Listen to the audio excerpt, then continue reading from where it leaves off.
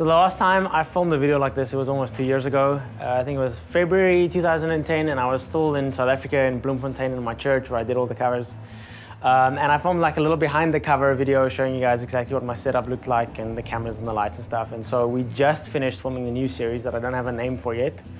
Same as last time. The new series that I haven't got a name for yet, which I'm kind of stressing about. And I want to show you guys what it's about again. This time I'm not in South Africa and I'm not in a church. I'm in Los Angeles, well, Oxnard.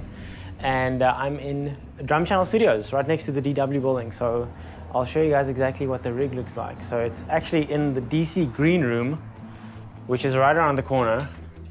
And this is usually Terry's office. Well, usually the place where he records. That's my little piece of paper, by the way. It's not Terry's.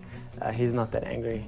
But yeah, so this is usually Terry's place, but this is kind of what we commandeered for the recording. So this is what we did with the room. So that's what it looks like. This is like all the drapes and lights and stuff. And as you can see, actually you can't even see any of the walls because we draped this whole area with like really nice fancy black cloth. And yeah, this is the setup. This is the kit. We have 6 angles, 5 running all the time, and the 6th one being this little roaming angle with Jonathan behind the camera. He came in, I think, every few takes and just did some nice, really fancy, artsy-fartsy shots. But yeah, the 5 angles are front angle. Obviously, all the cameras are taken down right now, but this is the front angle. This is where that is. Then we have left back, which is right there on that tripod. We have right back, which is this one. And obviously the overhead, but this is the overhead actually. So this kind of pivots over the kit, and then I just raise it up. Oops. I just raise it up all the way into that hole to get the overhead angle. And Jose, who also works here at DC, he helped light this whole thing. So all these fancy, nice lights with like white, get a shot of that dude, like bouncy stuff, and is like bounced against the white. It's like really fancy. It's not a projector or a bait lamp at all. He did that. So he did a really good job of lighting everything. The kit looks beautiful. The room looks beautiful. I'm very excited. I think it's the best looking series I've done yet. So I'm stoked to get started on the post-production. Like I said, we finished yesterday, so I haven't actually even started on the post-production yet, but I'm very excited to. And as you can see, no table on a table on a table. Nice overhead rig, so I kind of moved away from the table on a table on a table vibe. I do miss it though, to be perfectly honest, but it's nice to have equipment that works and that might not fall on my head and kill me. So yeah, that's the rig. I think in terms of the kit, it's the DW Performance Series that I've been playing for a while. It's the Sapphire Blue. It's gorgeous, it sounds awesome. Unlike last time, this time I drank water. So I hydrated healthily, so not energy drinks and Coke this time. I chugged probably 5 of those bottles every day during filming. We actually did a few songs every single day, and I wore the same clothes. And I washed them every night. Well, I skipped the first night, to be honest, but I washed them every other night, I promise. Didn't want Jonathan to die of the horrible smell. But wore the same clothes because I wanted everything to look the same. But basically, yeah, that's kind of the setup.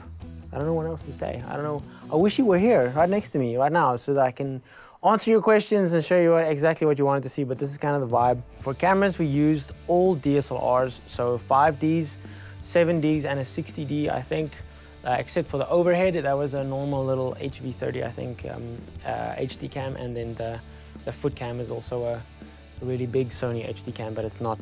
Those two aren't DSLRs, but the rest are all DSLRs. That's why they look so rad and have the nice depth of field and stuff.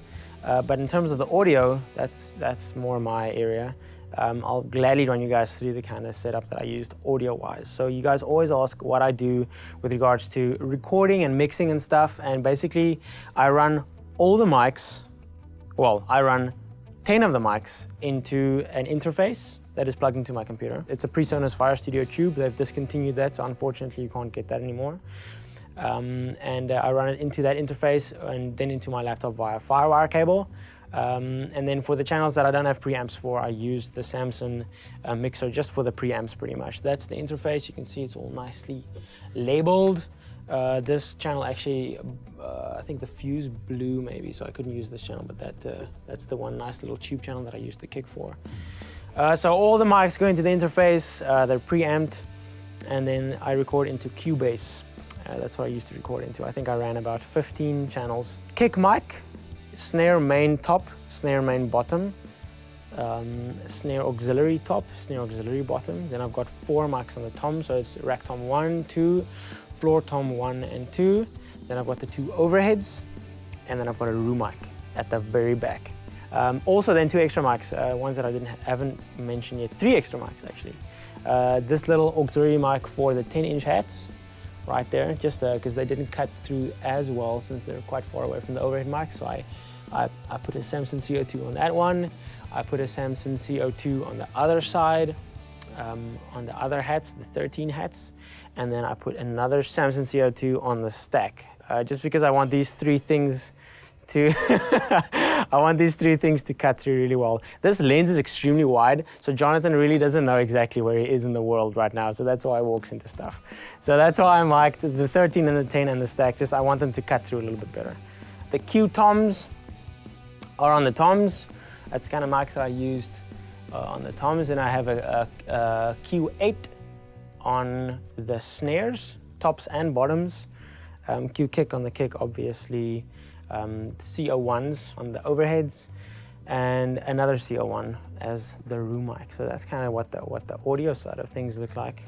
What else is interesting that I can show you? Oh, Evans heads all around, obviously. Genera HD on the snare top, Hazy 300 on the bottom.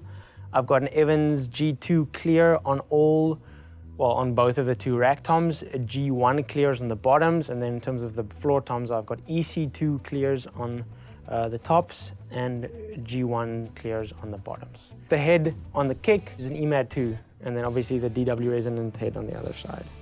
And the drums were brilliantly tuned by Mr. John Good from DW. He came in the day before recording and tuned my drums. How ridiculous is that? How ridiculous is it that Mr. John Good tunes the YouTube guy's drums? That's insane. I'm so thankful. They sound incredible. He did a really good job.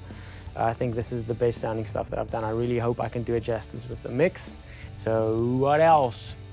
Oh, let me show you some random stuff that's just lying around. This rug that my kit is on is duct taped to the ground because I'm obsessive like that. I didn't want it to move. Tony Royster sticks, they're lying around, which is pretty rad. Towels that I didn't use too horribly and viciously and yuckily wipe my sweat off. It's just nice clean towels right there. Tons of super glue, because this is the kind of stuff that you use. Actually, I used 4 whole vials of super glue.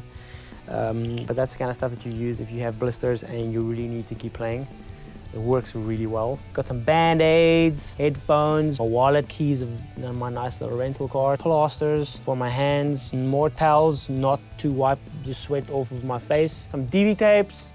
This was for the foot cam and the overhead. The wristbands, actually this exact same wristbands that I've been using all these years. I washed them, I promise. They're nice and clean and not brown and filthy and icky at all. And they're kind of getting worn out. I might have to replace them soon. But those are the same wristbands that I've always been using. That's the gear that I used for the series. And I hope it all sounds good. By the time that you're watching this video, you probably have heard the mix and some of the songs. So yeah, I hope it turned out great. So now I just want to show you guys kind of what the post-production looks like. I think I showed you, well, I know that I showed you guys the equipment that I use and kind of the setup. You can see everything's kind of broken down right now. It's not really lit, but we kind of took down the drapes and the room looks very different right now. But I'm busy with the mixing and the editing and stuff. And what I use for audio, what I use to record is Cubase. That's what I use. So this is basically the Cubase setup. I've got the bass mic. I've got the snare top mic, snare bottom, then I've got all the toms. These are all manually gated, as you can see. And then I've got 2 overheads, a room mic, mic on the 13 hats, mic on the 10 hats, and the mic on the stack. So this is kind of the mix. This is what it sounds like.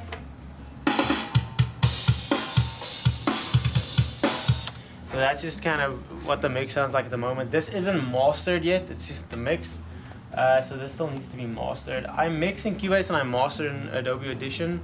Not because Adobe Audition is awesome, just because I'm used to it. So that's kind of the audio side of things. Oh, for video I use Sony Vegas. That's what this looks like. And this is basically, this is the edit for one of the songs. I've muted the music track so that I don't get sued by YouTube artists for playing their music, but this is what the edit looks like. Ooh, bad spot to be on. I don't want to show you the cheesy look in the... Hey, there we go. Okay, I'm going to cut to a different shot, but basically this is what the edit looks like.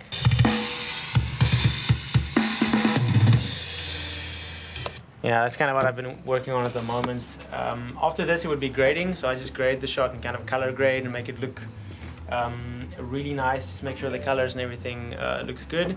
After that, it's just basically the rendering. Actually, titles, graphics and titles and stuff, just to make sure that everything is introduced nicely, and then I render it out and I upload it to YouTube, and then you guys watch it and hopefully like it. That's what's up. That's the behind the scenes for this series that I don't have a name for yet. Hopefully I get a cool name. Actually, by the time that you're watching this video, it probably has a name, so I'm kind of talking into the future right now. It's awesome. But yeah, by that time, hopefully I'll have a good name. But anyways, thanks for watching. That's the behind the scenes for this series, and I'll see you guys on the flip side. I don't really know exactly where the flip side is, but I'll see you there.